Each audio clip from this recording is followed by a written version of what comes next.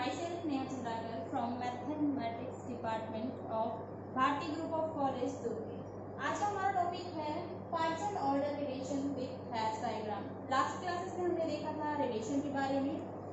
Relation इसलिए पहले हमने देखा था क्योंकि पार्शियल ऑर्डर रिलेशन में जो है रिलेशन का जानना बहुत ही ज़रूरी है। और इसमें जो है क्या होता है इसको बताने के लिए मैं एक बार फिर से रिलेशन को रिवाइज कर देती हूँ कि रिलेशन को हमने एक सेट पे देखा था कि एक सेट जो है दूसरे सेट से या फिर एक सेट अपने आप से है ना इटसेल्फ कैसे वो रिलेट होता है और उसमें क्या होता है कि उसके जो एलिमेंट्स हैं आपस में किस प्रकार से एक जो है यहाँ पे बेस तैयार कर रहे हैं ना, दोनों में क्या किस टाइप का रिलेशन है। वही जो हमारा जो है या फिर वो लेस देन हो सकता है, ग्रेटर देन हो सकता है, इक्वल हो सकता है, डिविजिबल भी हो सकता है। तो इस टाइप का जो है आपस में जो रिलेशन रखता है एक एलिमेंट्स का दूसरे एलिमेंट से सेट में है ना भाई, तो वो होता है रिलेशन। आज हम बात करेंगे अब पार्शियल ऑर्डर रिलेशन पे। तो उसका डेफिनेशन हम देख लेते हैं। A relation R on a set A is said to be a partial order relation if it is a reflexive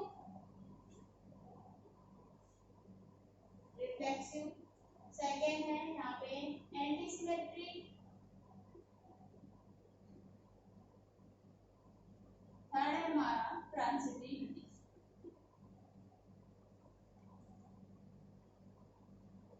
तो ये आपने पहले से ही मैं पढ़ लिए हैं ना, हम लोग देख लिए थे कि ये सब चीजें क्या होती है, reflexive, antisymmetric, symmetric and transitivity. तो ये जो चीज है क्या होता है पार्शियल ऑर्डर रिलेशन में कि एक जो रिलेशन जो है आर जो है कोई सेट पर अगर ये चीजें सामने रखता हो, सेटिस्फाई करता हो कि वो खुद पर क्या हो, रिफ्लेक्सिव हो और क्या एंटीसिमेट्रिक हो और ट्रांजिटिविटी हो, तब जो यहाँ पे जो ऑर्डर पेयर बनेगा वो पार्शियल ऑर्डर सेट कहलाता है, पार्शियल ऑर्डर रिलेशन कहलाता है ना भाई। उस रिलेशन पे है ना, उस सेट पे जो रिलेशन रख रहा है, इस कंडीशन पे रख रहा है, तब वो क्या कहलाएगा आपका पार्शियल ऑर्डर रिलेशन कहलाता है।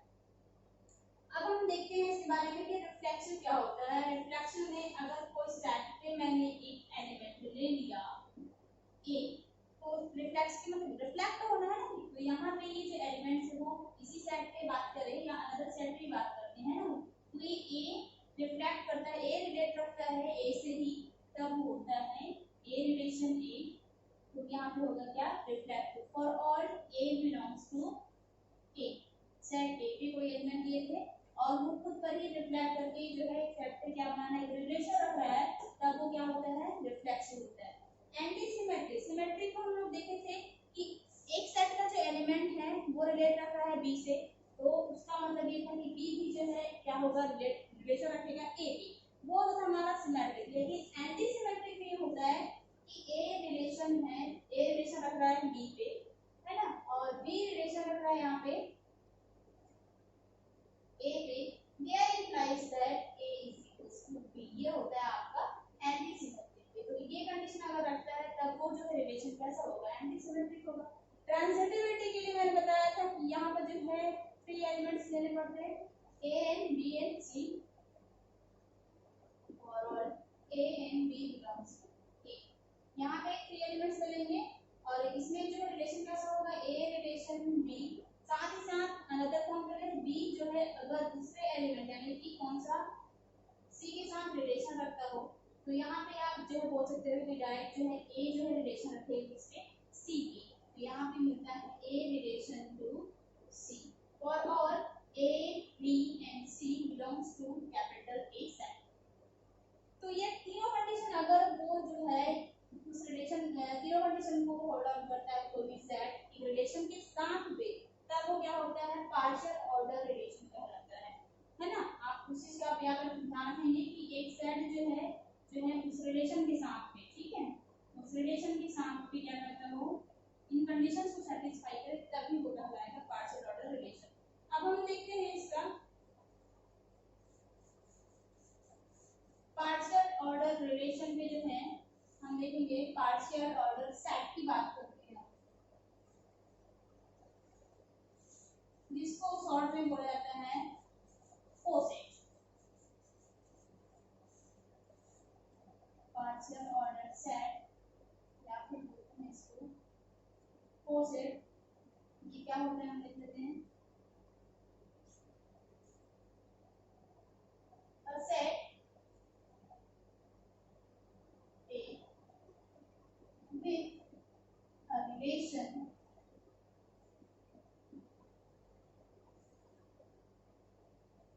less than or equals to A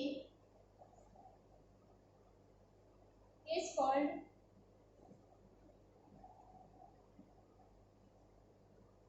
coset, या बोल सकते हो पार्शियल ऑर्डर सेट। अभी हम क्या देखेंगे कि इसमें क्या रहेगा, ये जो एक इंक्लूसिव रिलेशन है आपका, है ना, उसके साथ में यहाँ पे एक जो सेट ले लिया मैंने, उसका जो है एक इंक्लूसिव रिलेशन, वो क्या है, रिलेशन क्या हमारा less than or equals to.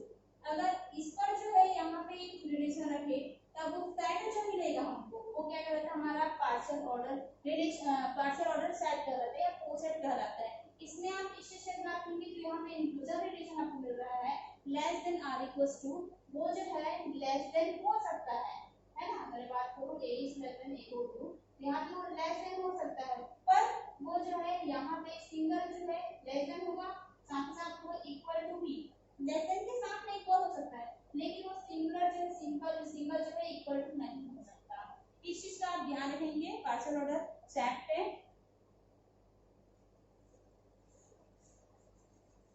इसमें हम ये भी देख सकते हैं कि जो है इसमें हम देखेंगे हेल्थ डायग्राम में इसका आप एग्जांपल भी देख सकते हैं, लेस देन के ऊपर बेस्ड जो है हम एग्जांपल भी देख सकते हैं, लेकिन हम जो अभी हेल्थ डायग्राम के बारे में थोड़ा सा देख लेते हैं और उससे रिलेटेड हम क्वेश्चन देखेंगे। हेल्थ डायग्राम इससे जो है क्वेश्चन आता ही है, मोस्टली ये क्वेश्चन जो है रिपीटेड रहते हैं, है ना, तो आपको जो है इसको कैसे डायग्राम को तैयार करना है ये मैं बताऊंगी अभी आपको, और ये हेल्थ डायग्राम होता क्या है और इसको हम कैसे तैयार करेंगे वो हम देखेंगे। तो हेल्थ डायग्राम देख लेते हैं। लेट ए जो पार्शियल ऑर्डर जो सेट होता है वो जो है रिलेशन रखता है किसके, इनिशियल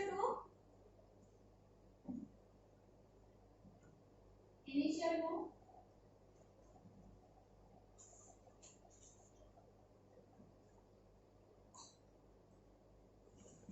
टॉप ऑर्डर सेट या लास्ट एलिमेंट बोल सकते हो आप, है ना भाई, वैसा रिलेशन अगर रखे तब वहां पे एक डायग्राम क्रिएट करते जाते हैं ना, इससे जो है रिलेशन के ऊपर बेस्ड होगा ना, रिलेट टू रिलेट जिसमें जो है आपका वो जो है रिफ्लेक्सिव भी होगा, एंटी सिमेट्रिक भी होगा,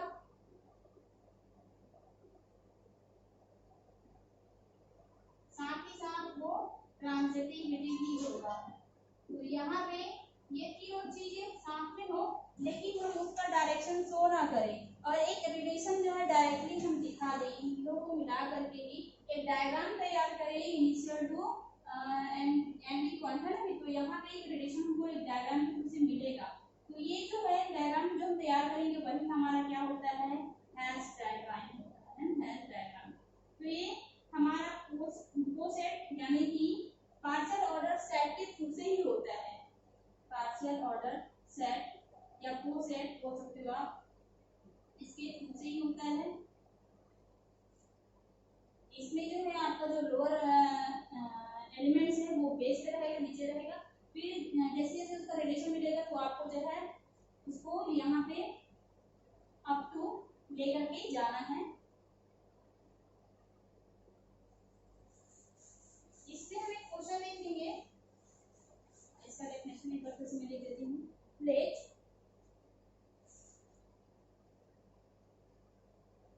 A B A less than resolution is a partial order set, then we write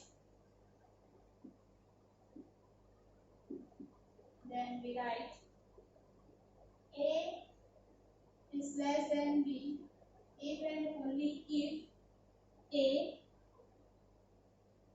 not equal to B, या फिर बोल सकते हो आप A is less than or equals to B।